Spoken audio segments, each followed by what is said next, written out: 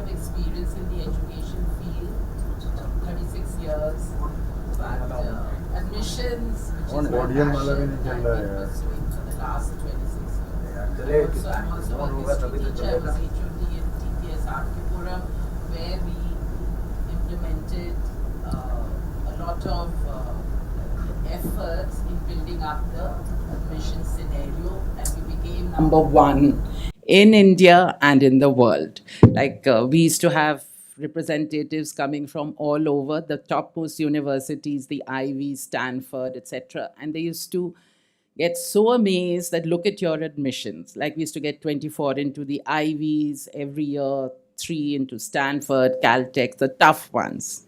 However, as we went along during these last few years, we realized that the Netherlands is really catching up. Our students, who had friends and family there, they decided to go to the Netherlands to study, and they gave us tremendous feedback. So this is what I'm going to share with you today. Why study in the Netherlands? Even if you haven't been, it's always good to test it out, to inquire.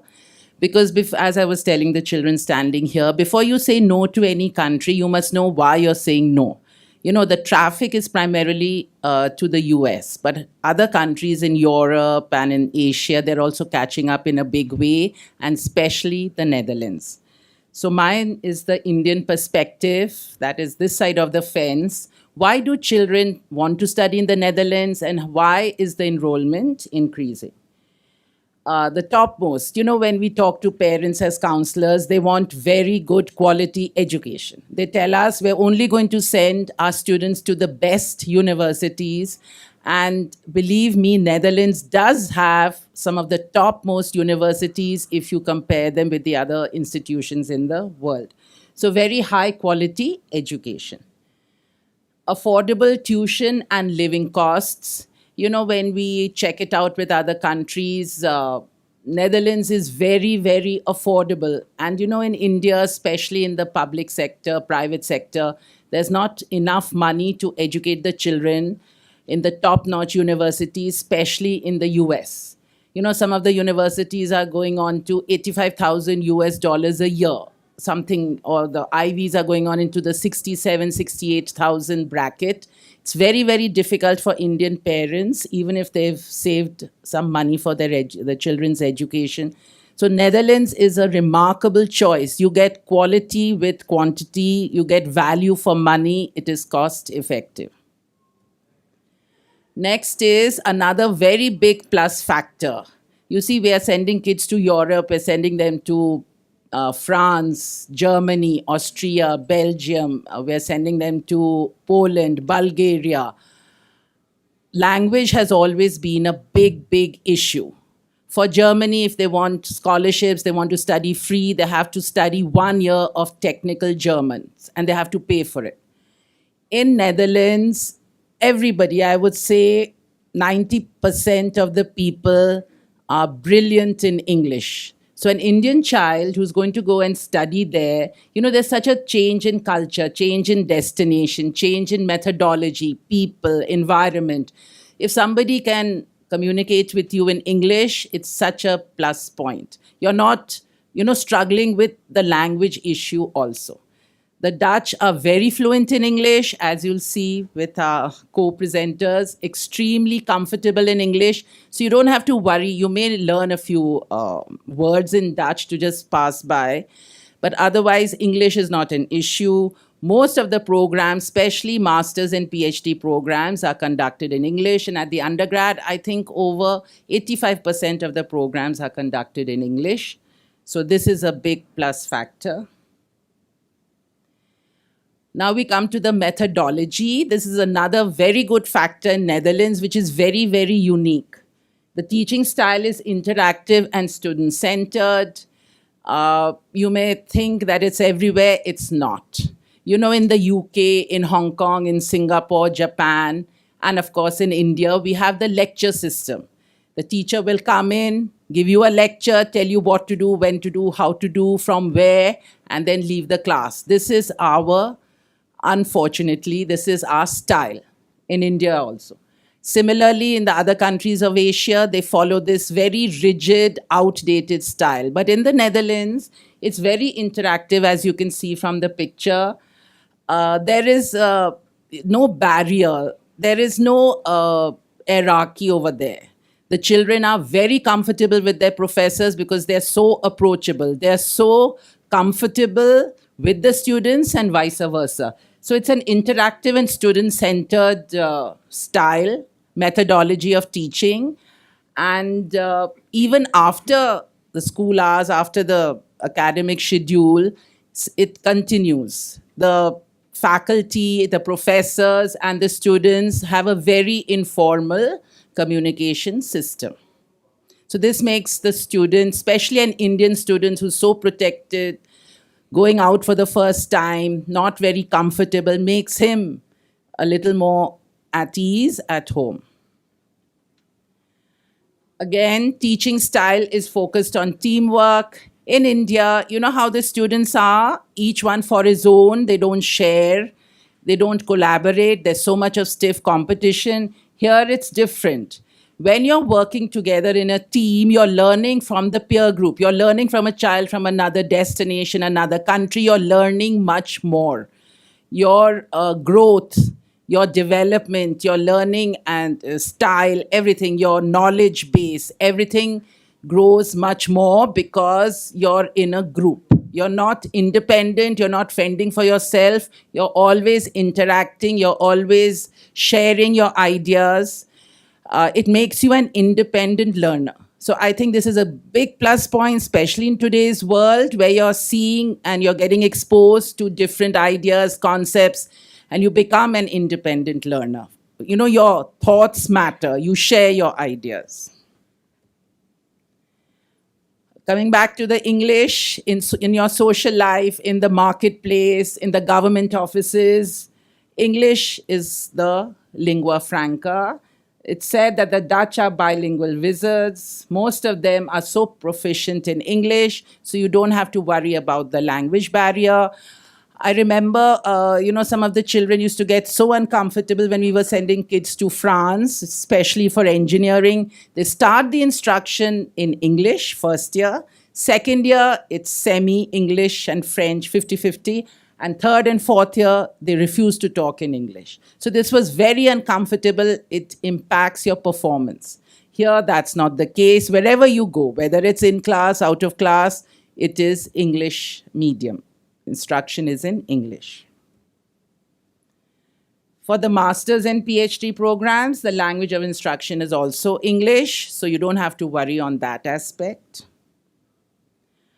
Now, because the universities are so high profile, they're recognized all over the world, they're valued. I was talking to one of our students, she studied both at Erasmus University and University of Amsterdam, and she was telling me it is such a stringent curriculum, they're always on their toes. And she said it is so much value for money. You're leaving your home country, you're going to face a lot of problems, there will be a lot of adjustment problems, yet you're going to be richer by way of degrees, qualifications, knowledge.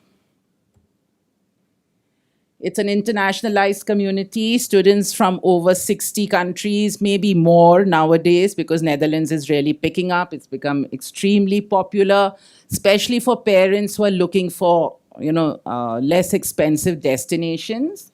It's the ideal place. And just to tell you about the Netherlands as a whole, because it's also such a great tourist destination, one is always planning to, when you go out, it's not just for shopping and eating, it's also about learning other cultures. So this is such a great place. I was reading about it myself yesterday. I was going through a documentary on Mata Hari. She was from the Netherlands. It's the land of windmills, which all of you know. Look at the flowers, the poppy, their signature flower. It's the best tulip, not the poppy. Yeah, I got confused. Best country for water resource management because most of it is below the sea level. So they've handled it very well. Netherlands and water go together with all their canals and everything. Also known for speed skating, which is ice skating at a short distance or a marathon also. So they've been winning all accolades. It's such a great exposure because we rarely practice ice skating in India. It is skating, but ice skating obviously because the facilities are not available.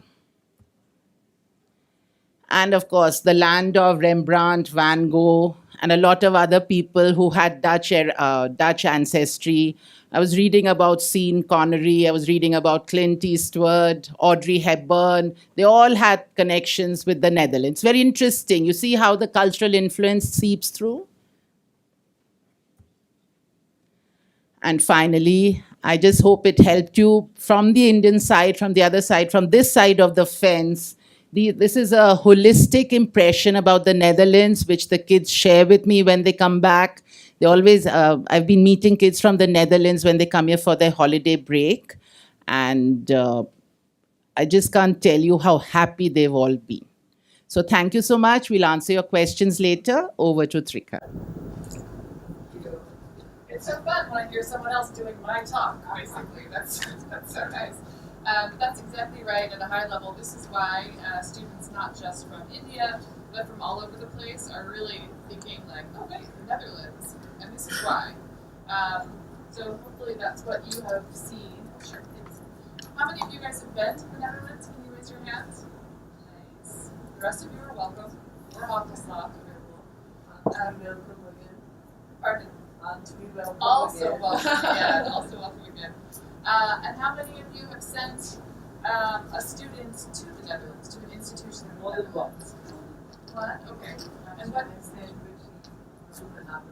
Okay, that's okay. And where did someone go? Okay, all over the place. Okay. Maastricht, Groningen, Eindhoven, Delft, Rotterdam, Amsterdam. So hopefully some of these names are familiar. And now for my part, I'm going to add onto this introduction some of the specifics of how it works. And yeah, I can flip it. Great. Masa just said that everything's in English, and that is in fact true for the bachelor programs. There are, I think this year, 380 bachelor programs in English. So the whole program's in English. The support system is in English. It's not always perfect English, I will say. It's very enjoyable, charming Dutch English sometimes. But everything's available in English, and also, as Malcolm was saying, outside of the classroom. So this is very accessible for students from other parts of the world. There's one thing that is the Dutch do to be very confusing. The next slide. There are two kinds of bachelor programs, and that's really foundational. This is really important that you guys understand this. How many of you went to a session yesterday on Europe? Session. Okay, so forgive me, you guys, you've heard this before, I think. But this is really important. You don't have to know all the details, but that you know to help students ask this question about what kind of university it is. So essentially, the system in Holland, they kind of track students from a young age, from basically from 12. They're put in kind of a higher education track. In Dutch, that's called hogeschool, or universiteit. And then when they kind of translated things to make it accessible, it became University of Applied Sciences and Research University. And I think in Dutch culture, these are very distinct. People kind of know what they are, but if you're not Dutch, it can be very fuzzy, and with good reason. There's a lot of overlap, and both of these tracks are really wonderful options for depending on which student. Can you guys still hear me in the back, or would you like the microphone? Okay, now? Hello? So thank you for saying that, by the way. So there are a couple things, though, that help to identify an applied sciences university from a research university. You can go to the next thing, lady. Applied sciences, those are 4-year bachelor programs, and a research university happens in 3 years. You could just build the whole thing. 2 things. One more. Thank you. At a University of Applied Sciences, those are basically professional education, so you're preparing for a job. And on the research university side, it's research foundational. You're almost always preparing to go directly into a master program, potentially into a PhD program. And I'm saying this at all very high level, so there are exceptions to everything, but these are kind of the key things to remember.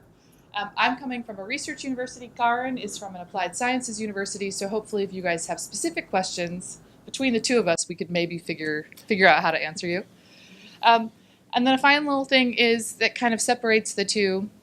Oh, and I want to highlight also it's almost always internship, because within an applied sciences, you're ready to go right into the job market.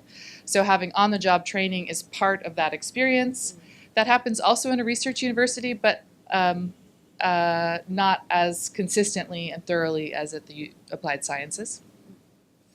And then there is overlap in what subjects are available, but there are a couple things where you would only find it in an applied science university, for example, physiotherapy, sports management, am I saying it right? Mm-hmm. Hospitality, music, dance, pretty much all of that's happening in applied sciences. On the other hand, you would only find law, medicine, aerospace engineering, you would only find that at a research university. Actually, not aerospace engineering. Not aerospace. Okay, so the fuzziness. Yeah. So all of this with a grain of salt. There's a lot of gray area, but the important thing is to help your students, because everything will say university, and help them dive into the difference between them. And then to illustrate that, because we're going to talk about the details of how these programs work. So I want to start just so you have a picture in your head. My university, Erasmus University, offers 13 programs in English. And again, this is out of 400 available programs, so we just have a tiny piece. But you can kind of have an idea. We're really strong in business. We have a top business school in Europe. But we also offer communication and media, where we've seen a lot of interest from Indian students, psychology, so that you guys can kind of picture something in your head when I'm talking about how the process works. And we also, again, to show you some kind of an idea of what you could expect from a research university, I just showed you, and Karan's programs, for example. Do you want to say something, lady, as an example? So the program I work for is the International Sports Management and Business Program. So that's business with a focus on sports. But we also have business with a focus on trade management in Asia, business with a focus on languages, and yes, physiotherapy, like you said. Fashion, if anyone's interested in that. So we thought, just illustrating from our two universities, you can kind of see the breadth of programs, but also the difference between the research university, which is kind of a broader bachelor where you're headed to a master for depth, versus applied sciences. So I guess the minute you start looking for a major and you look into the unit, even if you didn't know which track it was, if your major was available, should it really matter which unit you go to? So for example, you have media and arts, which you could graduate from and go straight to a job, right? You didn't have to go. Exactly, yeah. Master. So it wouldn't really matter which unit I took it from, or does it matter? Well, so for the student perspective, they should choose the program that makes sense for them. Mm-hmm. There are some differences. The research universities in Holland, that's the university. So the Dutch people, the applied sciences is not a university for a Dutch person. Like a technical role. It's more, I guess you could, Vocational. Vocational. But there are people that do University of Applied Sciences and do a master's afterwards. So in my case, I would say about 10% do a master's afterwards. But we also have about 10% that become an entrepreneur afterwards.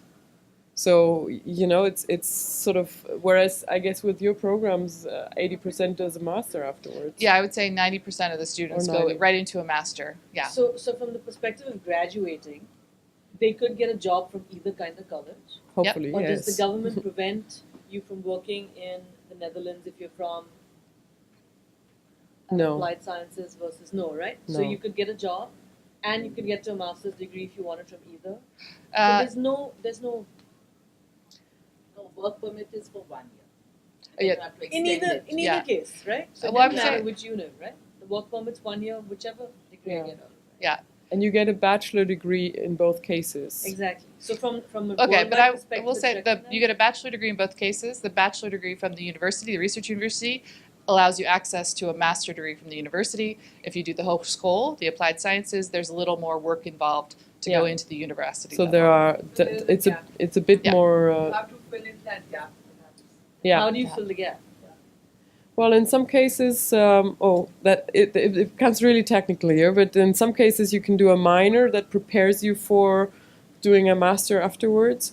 So then you can directly kind of start doing a master's. In other cases, that depends also on the master's program.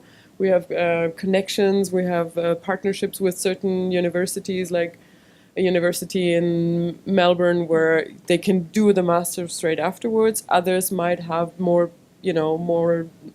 In some cases, you need to do a year of preparation still, so that it becomes a bit technical there. But we can talk about this maybe in more So depth. worldwide, never mind in the Netherlands, would a student from your university be able to go for a master's without some Well, gap? I know cases where it is possible. I cannot tell you that it's always possible because I've not spoken to all the universities in the world. But I know that there are cases where we have partnerships where it's absolutely possible. So technically, yes, it's possible, but I can't vouch for it, all universities. Yes.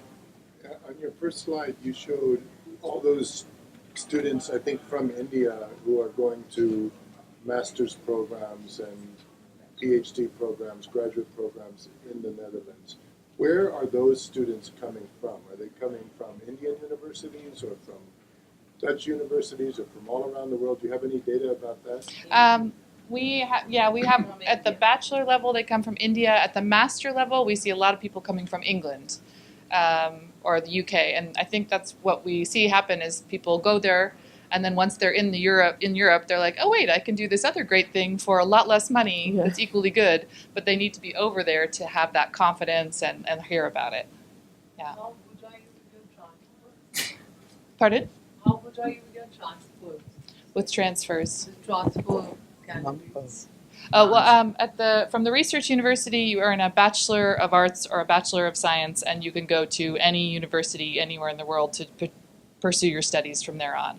70% of our bachelor students stay to do a master program at the same university. A bunch of people go to another Dutch university, but certainly we have students who go to the States or to Britain for a follow-on program. Within the course also, transfer is possible. Oh, thank you. From, Yeah. say, a student coming from another country. Depends if it's recognized. So, from a recognized, it's Yeah. possible.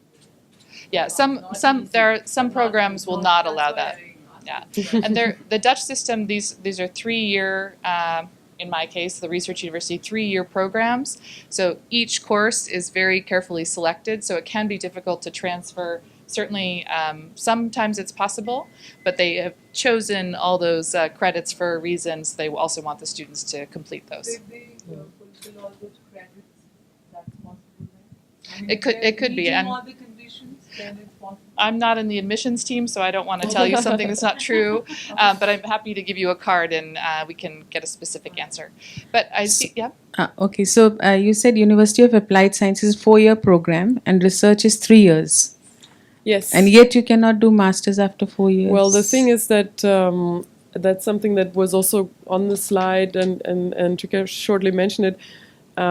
In a University of Applied Sciences, you make the 1 year that you have is a year. Well, in the program that I work for, at least, it's a year of internships. So you do 3 internships of 10 weeks, 20 weeks, 18 weeks. So that's an extra year, which that makes one more year in a 3-year to a 4-year program.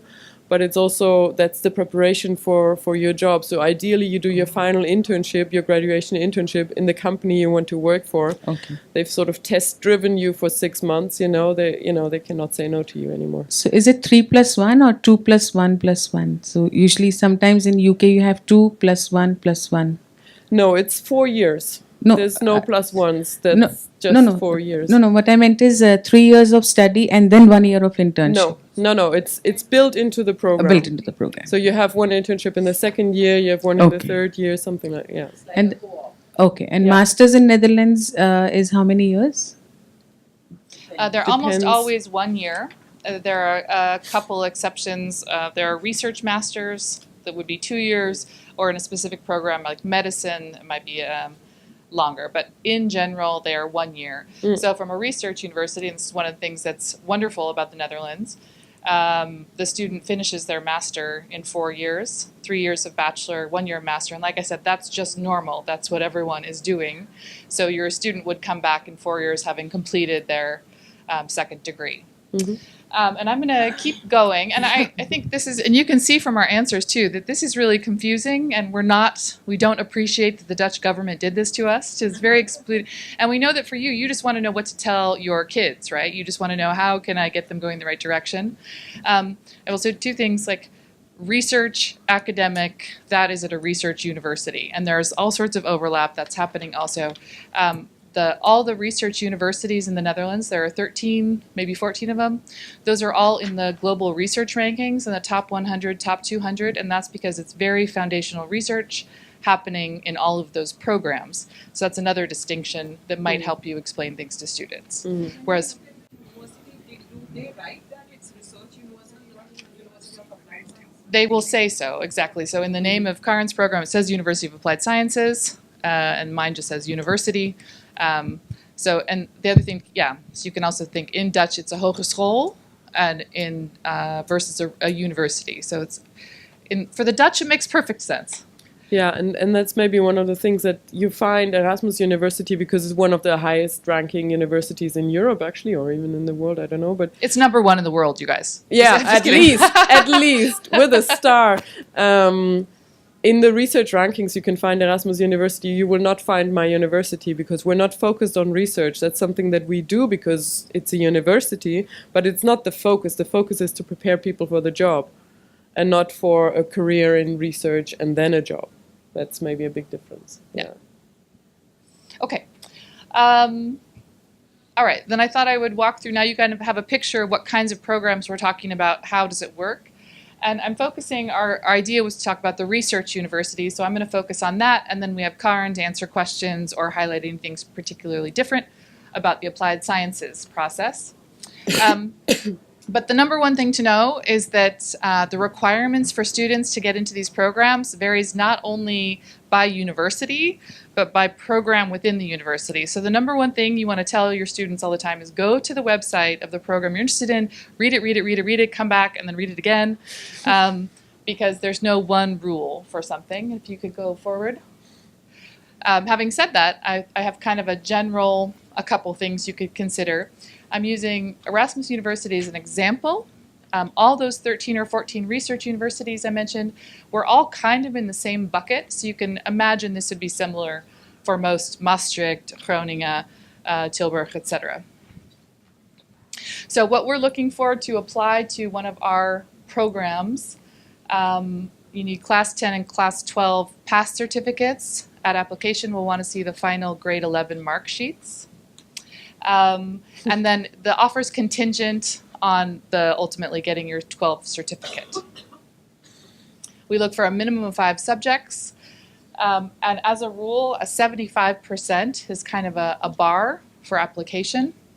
And that's because in the Dutch system I told you about, at 12 years old, you're said you can go to university, you can go to hogeschool, you can go to this. And they have kind of a number that means you passed this the university track for high school.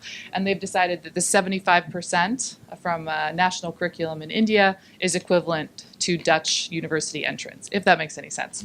Of course, it varies a little bit. Our business program, for example, the bare minimum is at 80% to apply, but that gives you an idea. We aren't always looking, I said that a minimum of 5 subjects. Something that's kind of, I think, nice in the Netherlands is they're not too picky about what the students have done before they arrive. So in our case, we say for each of our programs, well, it'd be nice if they've studied something in this area, but we don't say it's required. Mm-hmm. And that's because the Dutch, like I was saying, they have this very firm 3-year track. So they figure we're going to teach them when they get here what they need to know. Yeah. There are, of course, some exceptions. If you go to the Technical University of Delft, which is an amazing school, but they will say, of course, if you want to do aerospace and engineering, you need to come in with physics and et cetera, et cetera. So, but as a general rule, not too picky about what the subjects are. Math, in our case, is only required for a few programs, all of our economics programs and our business school. And there we're saying you need to have had math in 11 and 12 with kind of a bar to pass for those grades. All of our programs require an English entrance exam. And I know I feel a little stupid saying that because I know many of your students have better English than a lot of the Dutch people they'll be working with. But what we find is people are coming from all over the world, and because, as Mamta was saying, it's so participatory that students, we don't want like the brightest kid in the world to get there and feel uncomfortable and shy in the classroom, because that's half of the education is participation. So that's why we have this English requirement.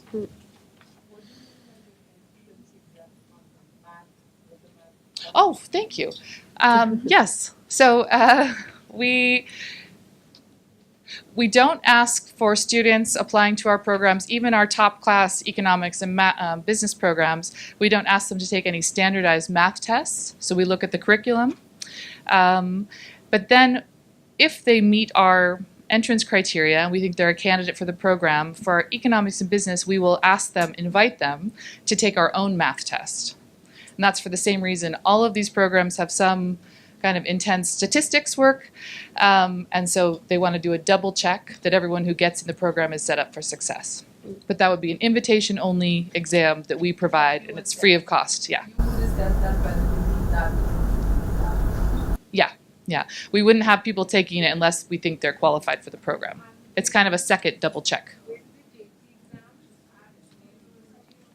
It's coordinated from abroad, so I think there's an online system you can log into if you get an invitation. It's a really good sign if your student is asked to take the exam. That means we would like that student to come. What is it, what we would think of as mathematics, or is it statistics? Because in India, those are, I mean, obviously we use statistics in mathematics, but if you're saying it's mainly statistics, that's something that we have to understand. No, I'd say that math exam is not specifically statistics, but there's a lot of statistics work actually in all of the programs because it's a research institution.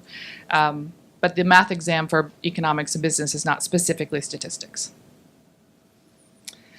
Okay, and then these are a few things that I think I studied in the States. So when I got into Dutch higher education, I was like, really? You don't have to do this and that and jump through this hoop? But the Dutch are very pragmatic. So it's a pretty straightforward process. It's very rare that a student would be asked to interview. Only one of our program has asked for an interview with the student, and that is to make sure the student is happy. It's not about whether we think they're good. We already think they're good, and then we say, you have to call us, though we want to make sure you would like it here. Recommendation letters are not asked for, I think not even processed, certainly none of our programs. We're not looking for that. But they do all ask for a CV and some level of motivation. But it's not the kind of motivation I'm picturing as a US applicant. It's not a 5-page essay with a video and like some musical you wrote yourself. It's really just answer these 3 questions. Why are you a fit for this program? Why do you want to come study here? So the Dutch are quite straightforward. Do you meet the requirements? Did you fill in the forms? Okay, we'll get back to you.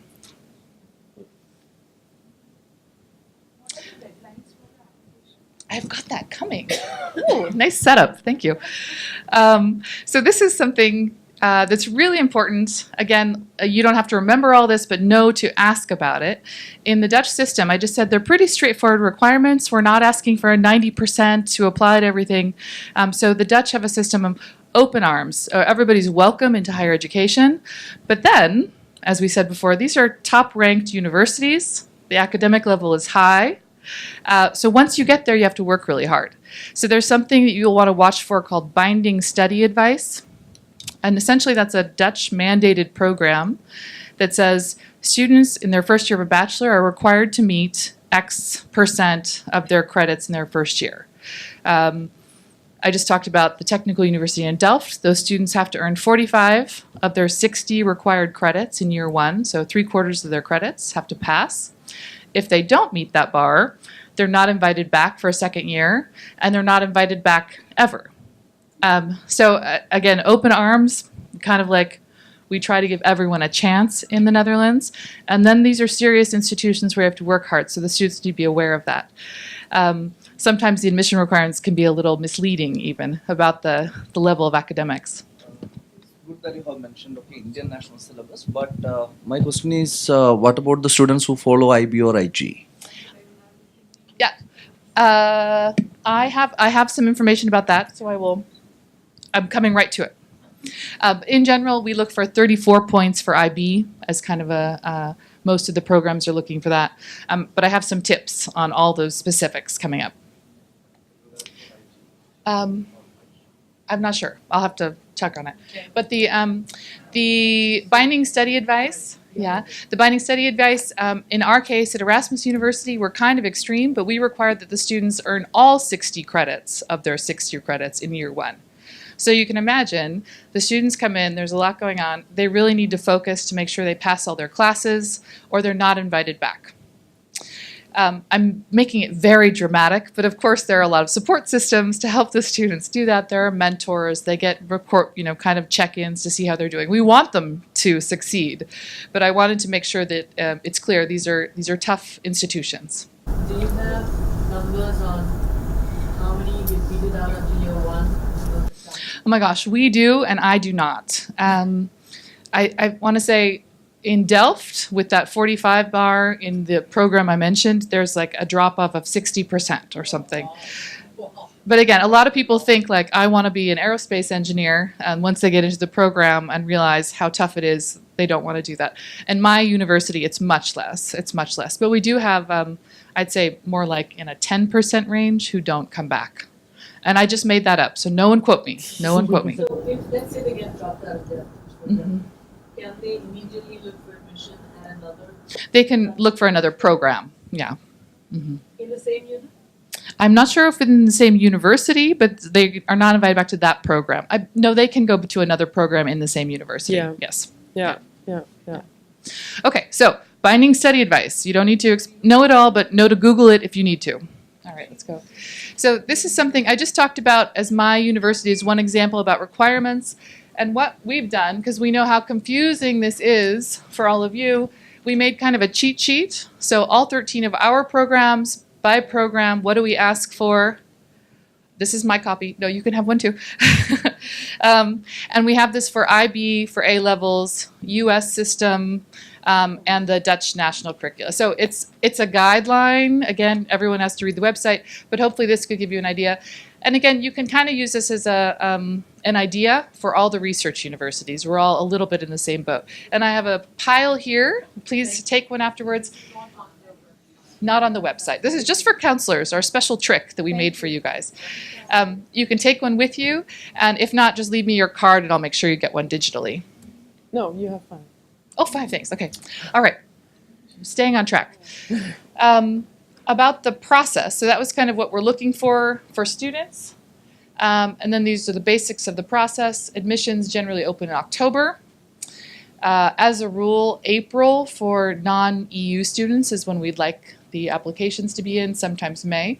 But again, this big qualifier, some of the programs have a deadline in January, for example, our business program.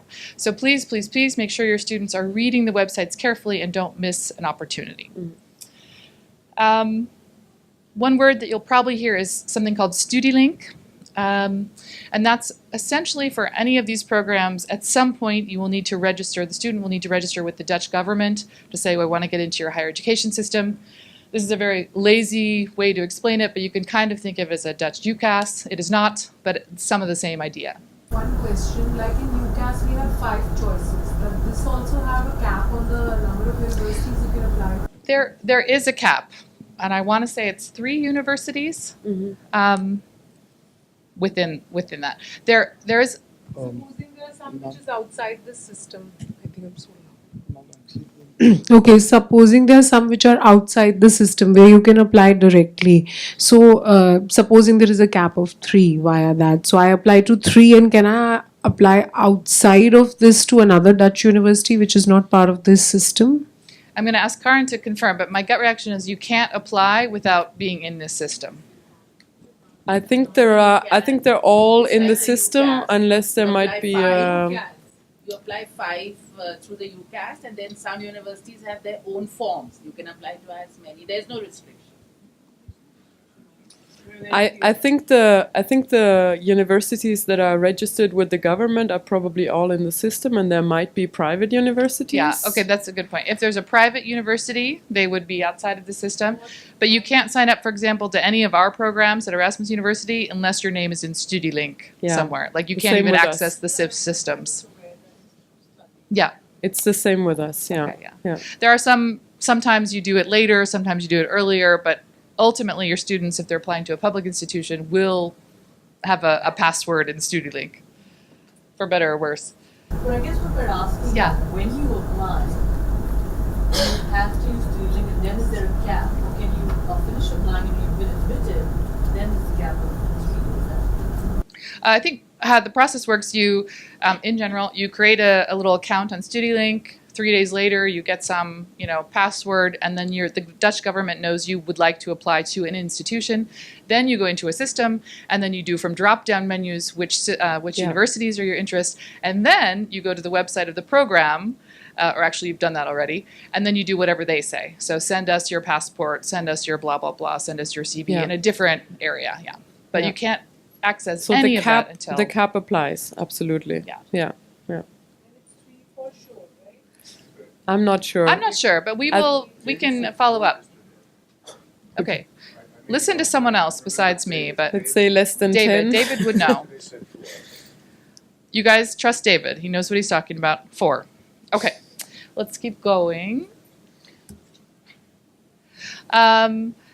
Mom's already alluded to this, the great value for money coming from the States, from higher education there. I keep asking, are these really the tuitions? Because it's such a great thing.